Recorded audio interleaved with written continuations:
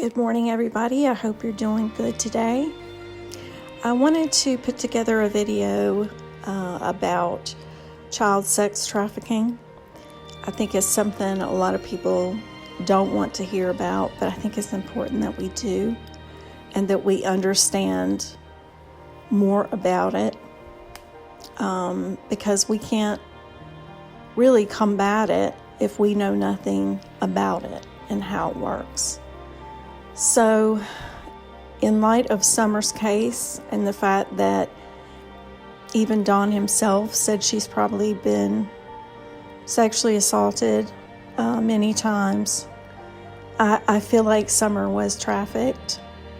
I sometimes wonder if Summer was trafficked on a temporary basis to different people that Candace was around so that they could make money. But in light of that, I just want to share some information I've found online so we can become more aware.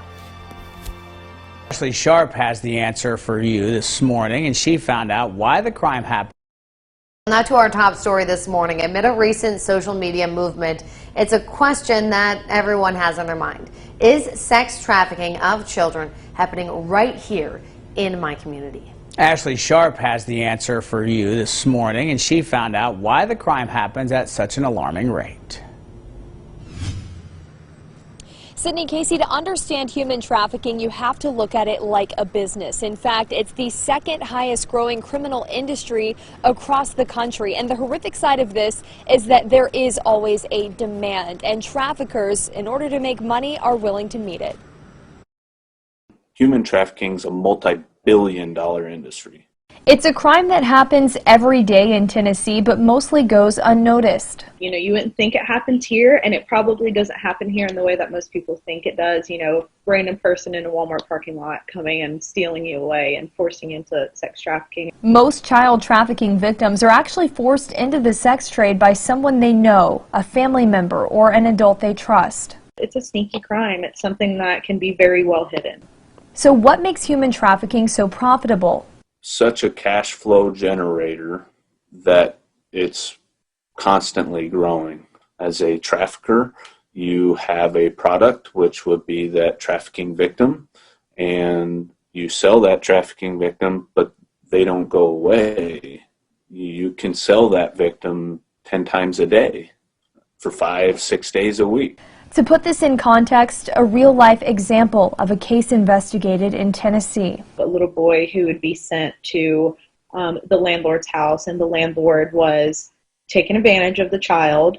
And of course, the child didn't know why or what for. And it, you know, upon investigation, it came out that the mother was receiving money off her rent. Child trafficking means a minor is being solicited for sex, but the person trafficking them gets some kind of commercial gain, be it money, drugs, rent, car rides even. And to keep making money, traffickers are master manipulators of the most vulnerable. Or the eastern part of Tennessee, where there's lots of drug addiction to opioids, where there's lots of poverty, you know, in counties that have less resources, things like that, it's going to happen. Now, for just this year alone, so far in 2020, that organization who helps human trafficking survivors grow free Tennessee has already had over 130 referrals just for 2020. We're going to have more red flags listed for you on our website, WJHL.com, and our full story on what you can look for to be an active bystander in our community and a voice for the children who don't have one. Sydney, Casey? Ashley Sharp reporting live for us this morning. Thank you, Ashley. Okay, and from WLVT, that's out of Knoxville, I read it's a pretty long article and just kind of summed it up. I'm going to sum it up for you guys of the most important things I felt like were in there, just to kind of shorten it and condense it. The first thing they said was that a lot of people think with child sex trafficking, you know, they think of stranger danger and the white van pulling up, but in reality, what this lady said that they see here in eastern Tennessee, especially for child sex trafficking, is a crime that is happening in the children's own homes. East Tennessee, most common form of the trafficking of kids is familial trafficking. This means the child's family member is their trafficker. Now, this has been going on a long time. As they say, there's nothing new under the sun. I mean, there's been incest since biblical times, and it's nothing new. And so in a lot of these cases, the familial trafficking is multi-generational. And, just like the mom might have been, pushed to go with certain men for whatever reason and be abused and molested, then chances are they're going to do the same thing to their daughters. It's just, there's definitely a link there between that. There is also a close correlation between trafficking their children and drug addiction. Just never enough money for drugs.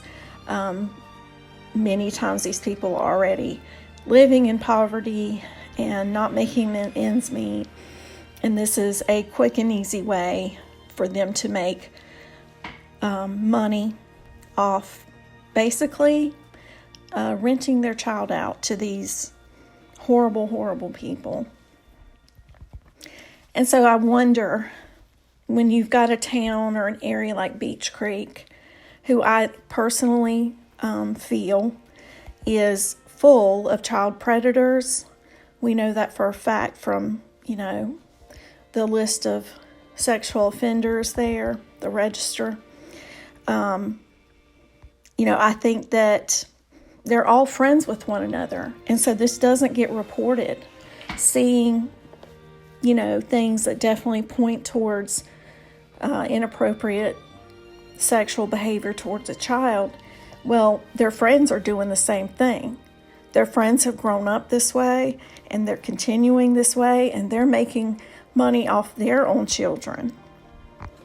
And so it doesn't get reported. They've got each other's backs. I think that, we know that Sherfy Jr. Was convicted and had so much child pornography. I can't remember the numbers now, forgive me, but he had I don't even know where he would find all these children and all this time to put this stuff together, but the fact that it's in that community points to the argument that it's something that's happening in that community, that they're all covering up for one another because they're all involved in one way or another. The drug use alone is something that I think is a community-wide thing. Not saying everybody's addicted to drugs there, and I'm not saying everybody is, a child sex trafficker or making pornography with children. I don't want to say that at all. I think there's probably some really good people. I love Tennessee, and I'm sure there's good Christian people who live there who would never consider doing this. But I do think there's enough of a network there around Don and Candace that this probably happened. That is my opinion. Please don't attack me for it. But that's what all these links look like to me. People putting together, this person in the sheriff's office, was arrested for a child sex crime, and they're connected, their family, or they've been a neighbor of so-and-so. And you can just about connect everybody in one way or another. It's very small. People have lived there forever. Seldom are there newbies. They don't want new people. They don't want new people coming in and seeing what's going on here and doing the right thing and reporting it. And I think law enforcement is part of the corruption. They're either turning their head and allowing it to happen because they get some type of benefit out of it, or they're literally, some of these guys are sex offenders. They're, looking like anyway, that they're taking part in this. So that is what I'm seeing here. They said, over half of children who are trafficked are trafficked by their mother or their father. How sad is that? And so we tend to think that, it's the crazy guy down the street, and it's, he's going to grab up our kids in the white van. And I'm sure that happens. But the facts are that the majority of children who are sex trafficked are trafficked by a family member. And that's a fact. So, if you see something, say something, of course. Let's pray for these kids. Let's keep pushing in Hawkins County and bringing out the truth every chance we get. And I pray still for justice for Summer. Thanks for listening. Have a good day.